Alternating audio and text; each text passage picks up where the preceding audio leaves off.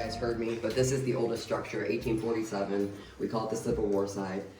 It was a place for boys for schooling, and then it was Women's Relief Corps, women who were misplaced during the Civil War with their families. This is a very active floor. This whole floor is not one particular room. We've heard everything from women singing, humming, sound like people coming up the stairs. There's a man that walks this hallway that they say is 7 foot tall. I believe I saw him once in the room actually over here. I was in the room across from it investigating with 3 other people, and me and another girl were sitting on the floor. And I was looking over there, and there's an armoire, but what was in front of it was way taller than the armoire. And I'm like, okay, so what is that? And she starts to look, and when she looked, she actually was like, what the hell is that? And he actually took a step towards us and then dissipated. It was really cool. If you report him like walking in between rooms, almost like he's checking up on things. So I feel like he's like probably one of the caretakers or maybe a maintenance man or something like that. We don't have a name. Over the last year and a half or so, it's gotten darker. I'm not saying demon or anything like that. I'm just saying the energy has definitely shifted. There's some nights I don't even like to be on the side at all. I actually saw a black mass come out of the room down here that I was at. That was also seen with somebody that had booked a private, like you guys are doing right now. Me and another girl from the private team was standing here, and because they come all the time, so she had me in with her. And we're investigating here, and all of a sudden I saw a black mass. It looked like it formed in the mirror, and it started coming out towards us. When it got to about here, she actually jumped back and was like, "What the F?" I'm like, "Oh, you see that too?" And she goes, "That mass?" "Yes." And it was huge.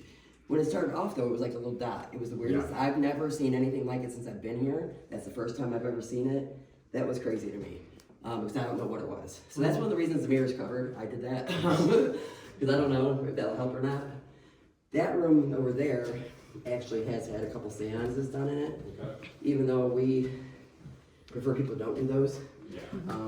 You guys are private teams, like I said, I'm not in the building with you, so I don't know what happens once I go out. I just trust that people won't do that. You don't have to worry about that. We've seen YouTube videos afterwards. We've done. And so I think that might have been where the energy changed a little bit, was from that.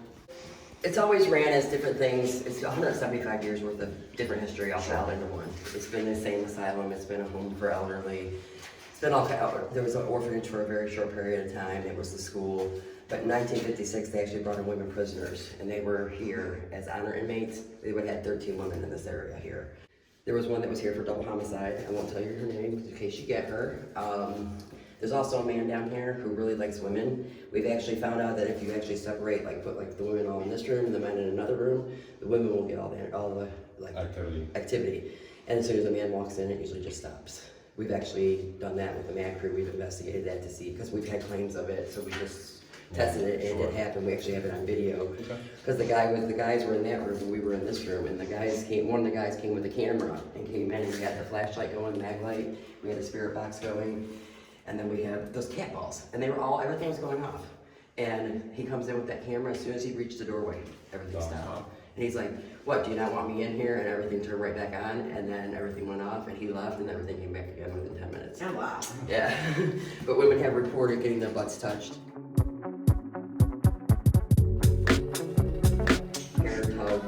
Breath on the neck, stuff like that. He does really prefer women. There's an urban legend that a woman went missing back around the turn of the century. Supposedly she was a school teacher. She went missing and she was buried in our floor.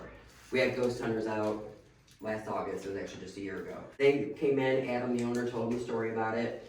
They said, "Can we bring in cadaver dogs?" They brought in 2 cadaver dogs. The first one went through the building, and right around this area or so, did a little pat and tell that something was here. Took her out, brought in the other one, all through the building, nothing. To the same area, just a little bit farther over. He did a little pat and tell that something was here. So then they brought a ground penetrating radar. They went all through the basement, got here about 1.5 feet, or about 2.5 feet down. They found an anomaly about the size of a football. They said they wanted to dig, so Adam said, "Go ahead." They dug, went down 2.5 feet. I guess the excavators even were like confused. Because usually if there's something that size, there should be something there, whether it be just a tooth, a nail, a piece of hair, something should have gave off a gas to cause that. Nothing. So they dug down almost 3.5 feet. Still nothing. Our sheriff's department brought in their canine unit. He came in, once they got to that dining room, he wouldn't go any farther, he kept pulling this way. So they just let him go. He come running down here and he jumped on the dirt pile that was still here and did his little tell that something was here. So the theory is that they can send us back 30 years ago. So we know it wasn't the school teacher that we thought it was. But the building was completely empty 30 years ago. And people broke in all the time, people coming here partying, all that stuff. So somebody might have got injured here, somebody might have died accidentally, then been moved, or someone might have been buried and then moved, or maybe we didn't dig in the right spot. Maybe she, or that person, is over here further. We get both residual here and intelligent. The residual is reported the man that walks through that wall all the time. That wall's not original. I feel like he's just walking through what he used to walk through. Yeah, exactly. But the intelligence that we had, what proves that there's intelligent, we had 3 K2s on downstairs. And one was on the first stair, we had that as yes, the one on the bottom was no, the middle was unsure, unable to answer. They were answering questions, and then we're like, okay, turn on stair number 2, boom. Stair number 3, boom. It's okay, I'm like, turn them all on. Not thinking it was gonna happen. All 3 of them lit up all the way to red. And I'm like, are you crazy? I did not think this is happening. But yeah, that's it. And that's the dirt from the home. So we are planning to sit through it to make sure that we didn't miss something, like a tooth or something small. Because the dog did go in the dirt pile too, so. This would have been caretakers used to live over here, superintendents, 24-hour care patients over here. There's a man reported that walks on that side. He's also been reported as more of a mass looking thing that comes through, kind of like you'll see that and then he takes form, is what's been reported. That I have not witnessed myself, that's just been multiple reports of that. Whenever the county took over, they burned everything, including our files. So we really don't have a lot of the history that we have really, we have to dig for. Man, It goes so much. same. So this is what we call Sara's room. It is one of the most active rooms in the building. We believe she was a child spirit. We're beginning to believe she's not. There's a couple different theories with it. Her name's Sara. We get a child spirit that says she's Sara, then we get an adult spirit that says she's Sara. Sara was a very common name. It could be 2 different entities. Say you passed away and you're standing in the hallway and everybody's in here asking for Sara constantly. You might step in and say, I'm Sara. Exactly. Then there's a thing called a thought form, where you kind of create your own haunting by the energy you put in. Since forever, before Adam owned it, when he used to come back in 2010, 2011 to just investigate the place, this place was known as Sara's room. Before that, you see articles about people talking about Sara's room. So, you could have created it by just saying Sara. Another theory is a darker theory. A lot of people believe children's spirits don't stay here. They automatically cross over. When Grant Wilson was here, he actually pulled Adam, the owner, outside and asked him if he ever heard of something called a slow burn. And we're like, no, you know. And so he explains it as a demon that like nestles in and then starts asking for things. And then as you give it, you're actually like offering it. I forget what the word's called, but where you give an offer to something to get thing in return. Eventually it's gonna want something in return, is basically what it comes down to. The money you see on the table, when Adam first purchased the building in 2016, he had a public hunt. They did an active EVP session. He asked, what is it you need, Sara? They got one word, money. That same night, a lady said, can I leave money for Sara?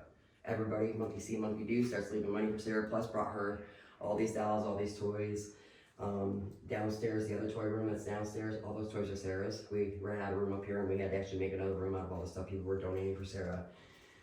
So, who knows? You know, are we feeding something? I know right after COVID, everybody had that big shutdown. We were closed for that 6 weeks. The very first tour I gave as a private, it was me and Chelsea, another volunteer, were here. I just got done giving that speech, and somebody asked me, what do you believe? I said, I can tell you I don't believe she's a child. All of a sudden the back of my neck started burning. And I looked at Chelsea and said, you have to check my neck. And we had 2 more stops before we go to the asylum. We went and did those 2 stops. The time I got to the asylum, I was dripping sweat. I felt like I was gonna pass out. I was shaky, I was nauseous. My neck was still burning, it was getting more and more intense. We get outside, she checks it, she looks like I had sunburn. I had a hoodie on. It was not warm outside at all. I did not have sunburn. 10 minutes later, it was gone. So I think I just made somebody mad saying, I don't believe that she was a child. So I haven't had it happen since, only just that one day. So I don't know what happened with exactly if she was. But one of the other volunteers actually pointed out, you were slowly burning, and we call it a slow burn. I'm like, is that a coincidence? I don't know. There was no like scratch marks. It wasn't a scratch. I don't know what it was that actually happened. So that was pretty intense. This one here, we have a confirmed suicide, and And it gets very creepy in there sometimes. Just a few nights, or it was 2 weeks ago, we were investigating here. It was me and 2 other girls, and I was sitting on the floor closest to the door, and the other 2 girls were like right there and right there. Well, the one girl kept saying she saw something behind me. I kept looking and not seeing anything. Then all of a sudden I got like super cold, and I looked behind me, and it looked like waves. It's the only way I could describe it, but it was like clear, almost like when you see a mirage. Yeah. That's what it looked like behind me, and it was like engulfing me. And I'm like, okay, I'm good, and we left. And because it just got that with it, it came that feeling of get out. So we've had a lot of reports here. We think we know the name of the man who hung himself. We're not sure. It's not totally confirmed. We're hoping that we know who it is now. So if you do get a name in there, if you could run it by me. Absolutely. But this is the asylum. This would have been the recreation area. That's the patient's rooms over there. Between both sides, pretty much everything you could imagine that you've ever heard about or seen has happened here. We have crawlers, we have light anomalies, shadow figures, disembodied voices, footsteps, poltergeist-like activity, people getting scratched, bit, hit. One guy said he was throat punched. We actually have a room that we call the throat punch room because of that. I saw crawlers, which I didn't know we had crawlers here. I was new, and they put me on fire watch. But back then we had the fire system, so you had to check every floor every hour. I came and wanted to go across that threshold, and out of this corner comes this big black thing just running fast. I actually thought it was like a raccoon or something, because I just saw it so fast. I went after it, went into every room down there, found nothing. And then I go downstairs and I was telling people about it, and they're like, oh, you saw one of our crawlers. Thanks for warning me. But this corner has a lot of activity to it. One of our volunteers was pretty credible. Saw her first actual shadow man figure in this area. There's a judge's spirit down there. There's a what spirit? Candle. Okay. He's very nice, very timid. He really likes anything that lights up, periscopes, man lights, anything you can put the lights up, and music. He loves. But it's more like if you put it down there for him to mess with, and you come more down this way, you get more activity. Yeah. If you're right Stay on top of away. it. Yeah. Stay in space. A lot of women do not. Well, they feel a type of way when they get in there because he like kind of is condescending and gives you that feeling. But I always tell people remember the haunting and what year it probably was when he was here. Women didn't have a whole lot of rights. You come in there barging into his room like, hey, answer me. Who are you? It's like how he feels. I joke with him all the time. And I'm like, look, my ankles are showing. As a joke. Yeah. But he doesn't bother me. He never has made me angry. This room here, watch your emotions in. We call it the mind work room. People start feeling angry, sad, disorientated, all kinds of different ways in here. So just when you're in there, pay attention to how you're feeling, or have somebody with you that knows how you normally act. We've seen people just all of a sudden get angry that would never get angry. I actually had to be removed from that room, but I also have what everybody tells me. You know how usually they say ghosts get attached to you? I'm attached to this room. There's a woman in here I feel that I'm very attached to. I've seen her, she's actually been in my dreams. I'm not psychic, I'm not a medium, any of that, but there is something with me and her that we can't figure out. I actually had to be taken out because I had an emotional breakdown. And as they were taking me out, I started swearing at people who I would never swear at. And it's like I could understand what was happening to me, but I couldn't stop what was going on. It was like I was broken. I mean, in the time we got downstairs, I was still angry, but it was fading. It starts subsiding. Right. And this room we may call it the first room. I don't like to call it that. I hate it, but I don't know what else to call it. Yeah, you're like 89% of the time to 90% of the time, the people tell me they were scratched up here or something growling at them or hissed. They're usually in this room and they're usually provoking. I'm all for trigger objects or pretending like sometimes we'll go to the surgeon and pretend like we're performing a surgery to try to get some kind of. I'm okay with all that, but you don't have to go there calling him names. You know what I mean? Oh yeah, don't be disrespectful. Right. This room here is John's room. If you knock on this door and say, hey John, I'm coming in to talk to you, you get a whole lot more activity than if you just barge in and start popping off questions. It kind of shuts down. Mm-hmm. Down here we have what people call the twins or the peepers. I actually have never seen that myself, but have been like multiple times. People tell us that they see what's like a childlike figure. Well, 2 of them. They're about here, and then they kind of peep out at you, and they usually do it in unison. So some people call them the twins. Again, pretty much everything. Over here, shadow figures, disembodied voices, a woman screaming, and when you hear this scream, you will think somebody in your team is screaming.